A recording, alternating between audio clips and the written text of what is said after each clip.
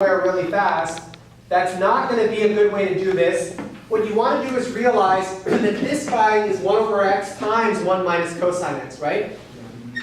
So why don't we find it for this, and then just multiply it by 1 over x at the end.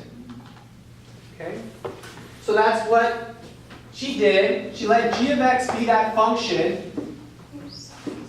Okay? And then we just started plugging stuff in. But you already know what cosine x, the power series is for cosine x, and if you know that 1 is going to be just the n equals 0 term, if you plug it in, I think the 1 will cancel out. You could do it that way, but this is going to be easy as well, okay? Because if you take, so what he's saying is just use cosine, then multiply it by -1. You could do it that way, that's fine. There's a lot of ways of doing this. But she just did 1 minus cosine, which is just as easy because this has a nice pattern to it as well, okay? So if you look at g of x be 1 minus cosine, first you plug 0 into the original, because remember, this is Maclaurin series, so a is 0, right? So first you plug 0 into g, you get 0, because 1 minus 1 is 0. Then you take the first derivative, it's sine. Plug in 0, you get 0. Second derivative, it's cosine. Plug in 0, you get 1. Third derivative is negative sine. Plug in 0, you get 0. Finally, -1. And we see that from here, it's going to be repeating 0, 1, 0, -1, 0, 1, 0, -1, right? Now, so here's the thing. So we know that it's going to be, let's ignore the top for now. Okay? What pattern is this? Yeah, so we notice that all the odd ones disappear, right? You only have even ones.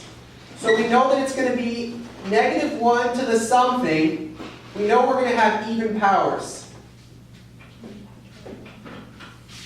But we need to figure out -1 to the what. So the first term is, when we plug in n equals 2, we get 1. Right? So what's it going to be? It has to be just n, right?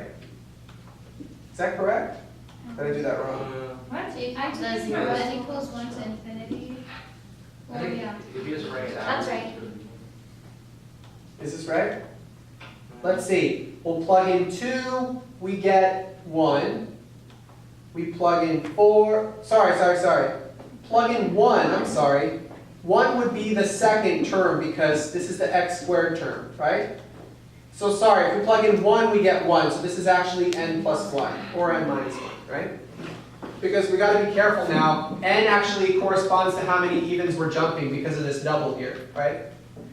Now, this is okay normally, but we have a problem here because the very first term is actually 0, not -1. The very first term doesn't follow the pattern, right? Does everybody see that? A couple ways of doing this. You could peel off the first term or just make the first term 0 or whatever. One thing you could notice though is that you could just run this from 1 to infinity because the 0 doesn't contribute anything, the first term. So you run it from 1 to infinity. That gives you this series. And then you just divide it by x. So if you divide it by x, you just subtract 1 from the x power. And there you go. So this is your series. Okay? You said that you could do -1 to the n plus 1 or to the n minus 1. How do you know if it's plus 1 or minus 1? They're the same. Doesn't matter at all. No. Think about it. No, but then if you write if it's -1, then you go back to negative. No, look. Isn't this true? I'll start taking your classes. So sure.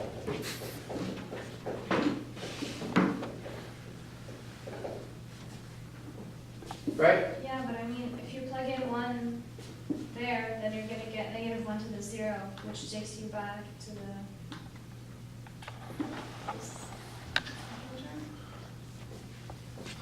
I'm not sure. I'll just believe you that it's the same. Yeah. Isn't -1 squared equal to 1? Yes. So therefore you can multiply anything you want by -1 squared, right? And not change the value of it? Right? Yeah. So that's all I did here. negative 1 to the n minus 1 is the same as negative 1 to the n minus 1 times 1, but 1 is another way of saying negative 1 squared, and then just add the two powers together. Right? Isn't it true that negative 1 cubed is the same as negative 1 to the 5th is the same as negative 1 to the 7th? Because all the odd ones are going to equal negative 1, right? And all the even ones, these all equal 1, these all equal negative 1. The point is, adding or subtracting 2 doesn't change it. What's the difference between n plus 1 and n minus 1? 2, right? Yeah, okay. Goes down by 2. All right, so we get this. And what was it you were asking? Oh, I was just, we could have put a minus 1 here and it would be the same. yeah. Be the exact same. And then I did the radius. Just like whenever you put 2n plus 1, you can also put 2n minus 1. As well, the powers, careful with the powers, but as far as negative 1s go, yes. Here now, they asked for the radius of convergence, so they did the ratio test.